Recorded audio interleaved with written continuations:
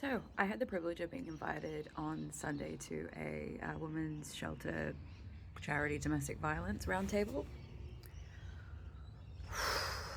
It was incredible to listen to women's stories and just their passion. And unfortunately, that passion comes from deep trauma and abuse. Almost all of these women had a story, or they knew someone that they worked with that were charged, so it's a massive problem. And I was actually really embarrassed that I wasn't aware that this was such a big problem. So it's called misidentifying, and it means when the police arrive on scene, they misidentify who is the abuser. And this absolutely goes into their lack of training, the misogyny, the sexism, the boys club that is very apparent in police. So this is a study that was done, or a report that was done in Victoria about the frontline workers and how they see police. And wow, it is eye-opening. This is online for free. I suggest you read it. It's very confronting. However, it's so revealing, and it's something that even I didn't realize or really see as a big issue. 80% of these workers have seen a misidentification by the police. And I'm not going to share these women's stories because that's absolutely inappropriate and not my thing to say, but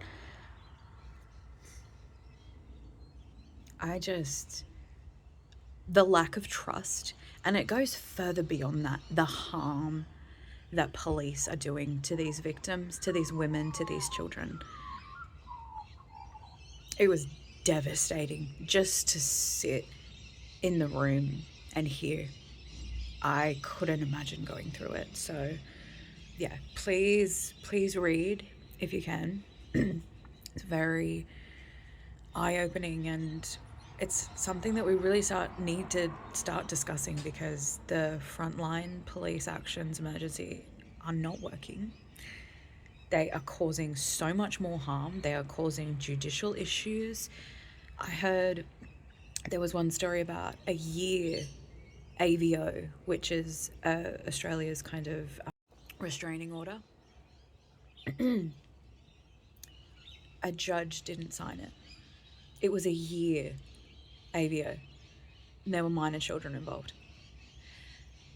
The power, and I don't know the facts, I'm assuming this happened during COVID. However, the power that has, just a police constable made that decision. A year. That's, for that to not go to a judge is just, I was sitting in my chair, I was like, whoa, that's not cool. That's not okay. So yeah, I'm going to do some more research, and yeah, I will never shut up, because this stuff is so interesting and terrifying. And there are women right now going through it. Like right now, as you watch this video, there's a woman terrified to call the police.